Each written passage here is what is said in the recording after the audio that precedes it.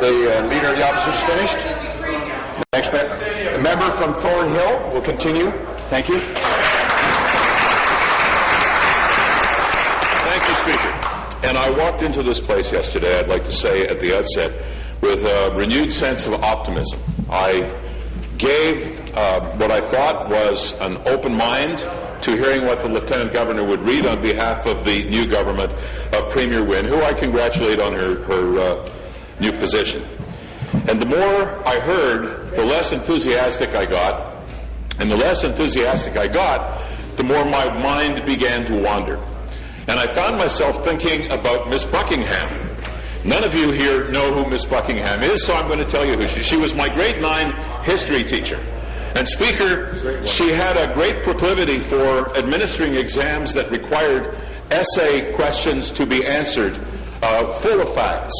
And she was one of the great teachers of my life in terms of making sure that I had facts at the tip of my tongue, or at the very least at the tip of my pencil, because I wrote an awful lot in those essay question responses that didn't contain facts, and what would come back to me, like many of you, was a return test with a big blue pencil across the top that said, "You talk a lot, but you don't say much." And the throne speech reminded me of Miss Buckingham, because if I had the throne speech, I'd write across it in great big blue pencil, "You talk a lot, but you don't say much."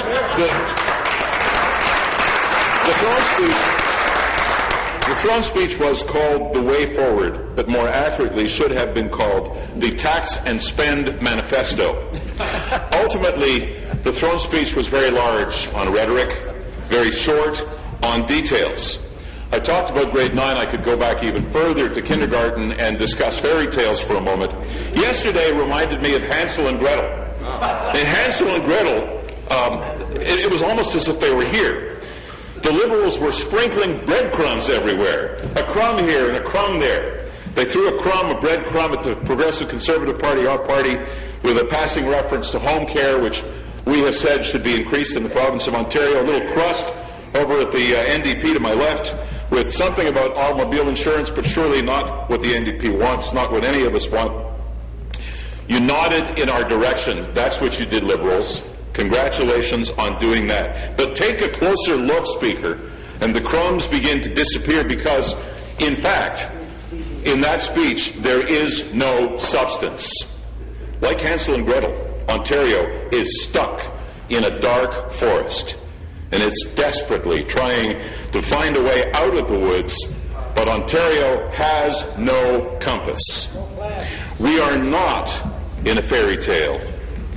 We are without a plan, and without a plan and a drastic change in direction, there will be no light at the end of the tunnel.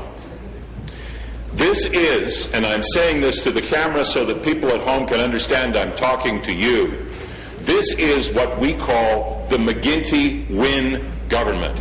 And we call it that because, in Ms. Wynne's own words, on the day that she became the leader of the Liberal Party, she said, and I'm paraphrasing, that she would continue the Dalton McGuinty legacy. That's what she would do. And indeed, if we can take the speech from the throne and what we've seen in just one question period this morning as any example, that's exactly what she intends to do. The Liberal government does not have a plan to take us out of Ontario's financial disaster. There is no clarity, there is no substance, there is no clear direction, there is no plan, and as you've heard from the Leader of the Opposition, my colleague, Tim Hudak, we do, and she does not. Ontarians are left wondering when exactly the budget is going to be balanced and when the economy is going to be restored and jobs are going to be created. 600,000 people are wanting right now, and I'll have more to say about that a little later on. Ontarians want and need to see their government with a clear path. We did not get this from the Liberals yesterday. We did not get it in question period this morning, and that's why we cannot and we will not support this throne speech. There is no path apparent to increase jobs in Ontario. There is no path apparent in terms of working towards paying down the debt. Interest is at $11 billion this year.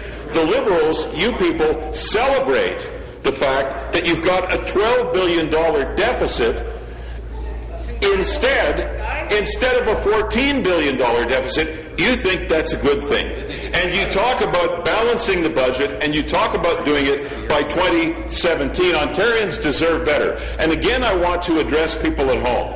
When I go out and I talk to ordinary people, smart people, educated people, working people, and sometimes people who aren't working, and I talk about debt and I talk about deficit, they say, well, those are not really our concerns. Those are the concerns that we delegate to you by electing you to go and represent the people of Thornhill and 106 other people from various parties to represent their constituencies. Debt and deficit are not my problem. Yes, debt and deficit are your problem, because when you have a deficit of $12 billion, you compromise the ability of the province to direct itself financially onto the right course. You compromise the province's ability to create jobs in a necessary way. When you pay $11 billion in a year towards interest, you take away the ability to buy on program spending basis the things that you really need. Ontarians indeed deserve better. We need to create jobs. We need to increase revenues. We need to restore hope to some 600,000 unemployed Ontarians, and it is vital.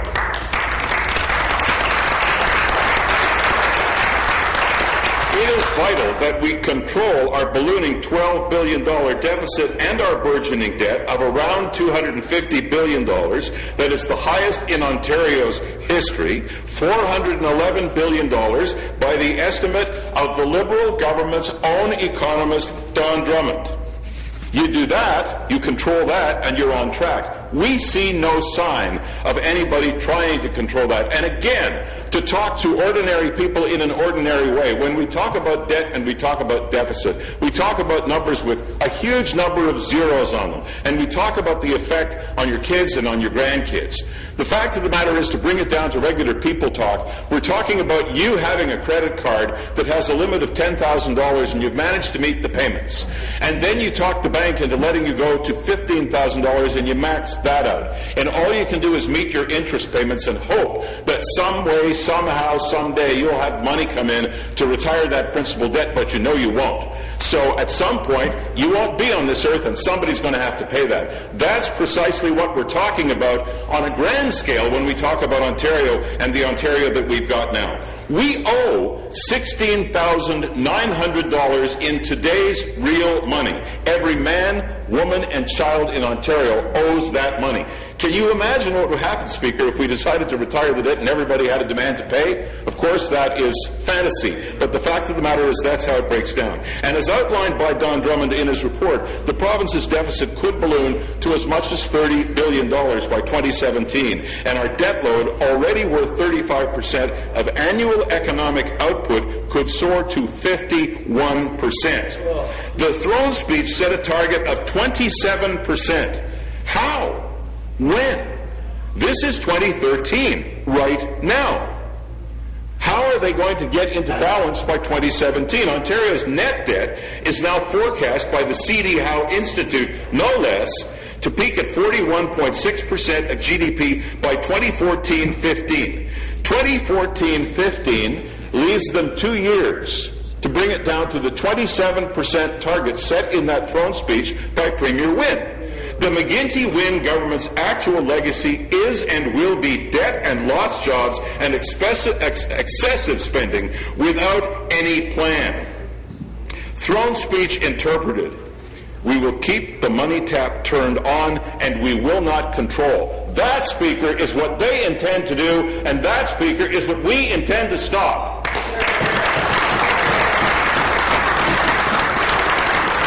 During the tenure of Dalton McGuinty, the Premier increased program spending by an average of 6.1% annually, nearly twice the combined rate of inflation and population growth of 3.1%, and that statistic comes from the Fraser Institute based on Stats Can figures.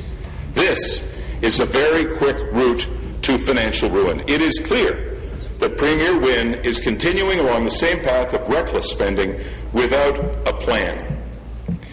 These are serious times, Speaker. We talk about a crisis. We talk about a debt crisis. We talk about a deficit crisis. We talk about a jobs crisis. We're not making this stuff up. We're not inventing it. And when I talk to the people who are watching us on television looking for some hope in a legislature that's now in day 2 after almost a 5-month hiatus, I say to you that there is hope because there is a party here with a plan, but it's not the party in power, Speaker. It is clear that this McGuinty-Wynne government is responsible for accumulating the largest debt in Ontario's history.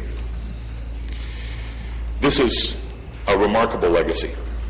Ontario is saddled with a $12 billion deficit this year, more according to projections next year. Ontario has become a have-not province. The throne speech did not address this in any meaningful way, Speaker. Businesses that used to be the pillars of our province, let alone our country, have now packed up and left or are considering doing just that. This morning, in question period, the member for Vaughan tried to ask a question. He was shot down by the Speaker in midstream. He tried to ask a question that related to the right to work that was established in the state of Michigan, our neighbor recently, and call it into question by relating it somehow or other to a proposal that this party made. I don't think the right to work has anything to do with what we're talking about, but the fact of the matter is one thing that we do know is true, is that there is a production line in the city of Oshawa that produces Camaros, and that production line is moving to the city of Detroit and Michigan. So there is a reason why that's happening, and the reason is somebody thinks at General Motors, I might add, the company that was bailed out in no small degree by money that came from the taxpayers of Ontario, somebody thinks that Michigan can produce those cars just as well as Ontario at a lower cost. We have to find a way to compete. The McGuinty-Wynne legacy is going to end up hurting future generations to an even greater extent than the generation that we live in now. There is, as somebody wiser than I has said, only one taxpayer. Ultimately, it will end up hitting our pocketbooks even harder than it is now. The first move of Premier Wynne's was to instantly increase the size of her cabinet, which again costs taxpayers money. Yesterday, there were many union leaders addressing the media outside the chamber. Ontario cannot afford to have unions continue to control the agenda as they have with the Liberal government in the past. It was rather interesting to me walking around outside in the antechamber to this room after the speech from the throne. The cameras were not on the finance minister. He was walking around looking for something to do. They weren't on the premier. She was nowhere to be found. They weren't on really any opposition members. They were on 4 people. And the 4 people were the names you know, the Fred Hahns and Sid Ryans of the world. I guess they feel, and if you take a look at the reports last night, that there's some hope because of the establishment of this government. The McGuinty-Wynne government wants to get back what we estimate to be about $9 million in free advertising that comes from a coalition of unions called the Working Families Coalition to help it get elected. And you can see that massaging is starting already. Premier Wynne has to realize that the financial impact that pandering to union bosses has on our pocketbooks is incredible. The Fraser Institute says that the public sector wages at this point are about 13.9% on average higher than equivalent private sector wages.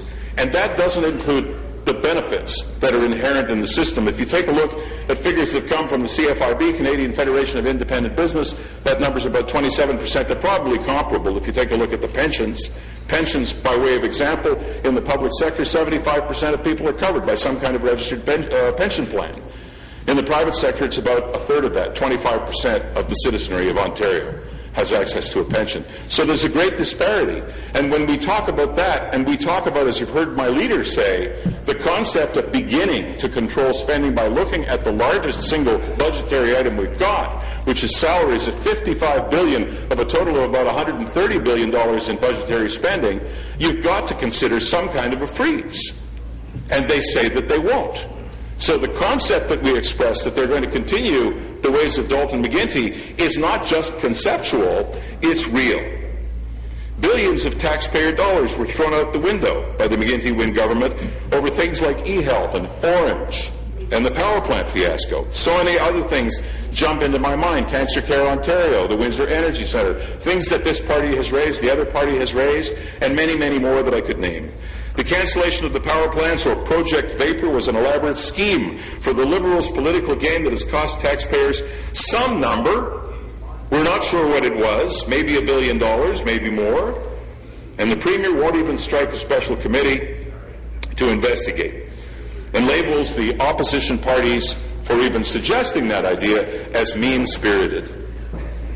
This led, Speaker, to the prorogation of Parliament to attempt to cover up that mess. In fact, one of the prime beneficiaries of this political gain sits right across from me in the person of the new Finance Minister, Charles Sousa.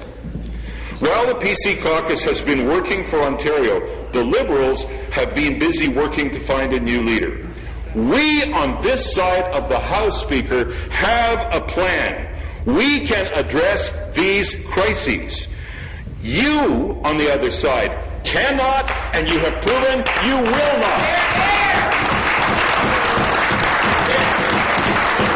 We have heard a lot about this, and I'm quoting from yesterday at least 9 times, new government. New in name, yes. New in practice, no way. It's just a different day. Ontarians are not going to be fooled, Speaker, by the McGuinty-Wynne government trying to pass any of this nonsense off as new. There's nothing new about this. We have a carbon copy of Dalton McGuinty who just wears different shoes.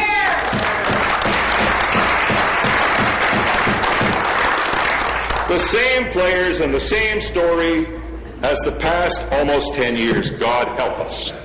We all know that you cannot increase government spending and be in debt without going into financial ruin.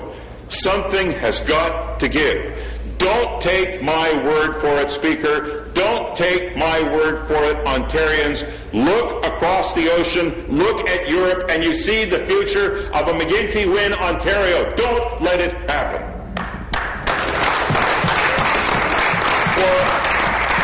For a robust economy and to attract jobs to Ontario, we must continue to invest in our infrastructure and a regional transportation system.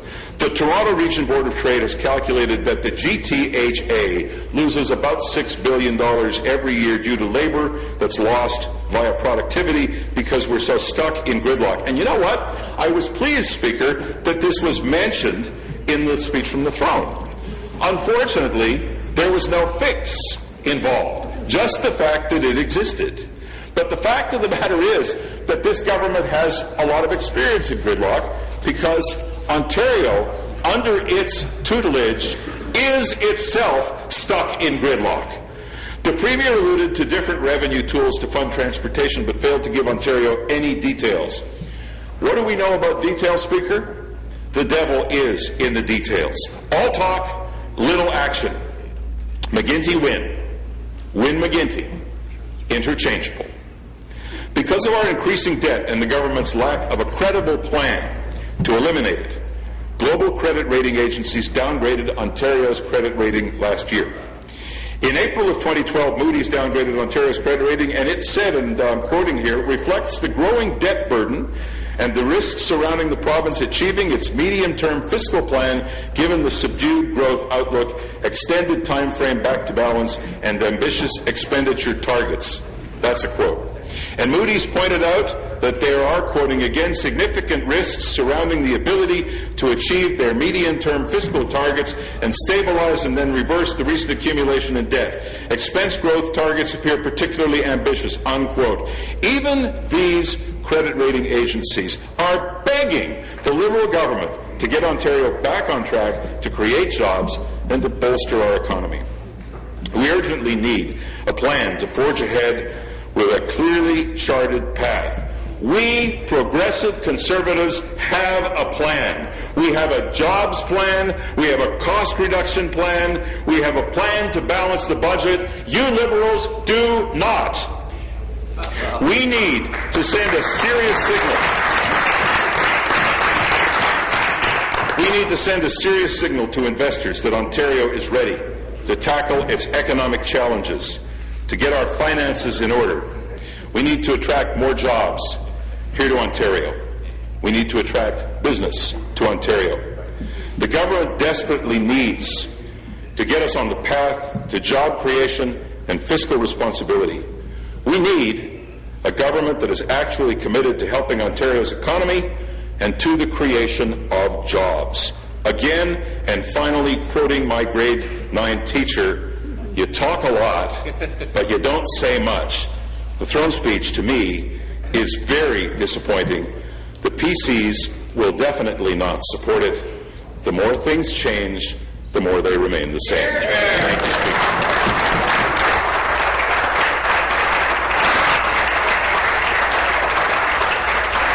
Thank you. Further debate. The member from Parkdale High Park. Adjournment of the debate. Moved adjournment of debate. Is it the pleasure of the House that the motion carry? Orders of the day. Mr. Speaker, I move adjournment of the House. Has moved adjournment of the House. Is it the pleasure of the House that the motion carry? This House stands adjourned until 9 o'clock tomorrow morning.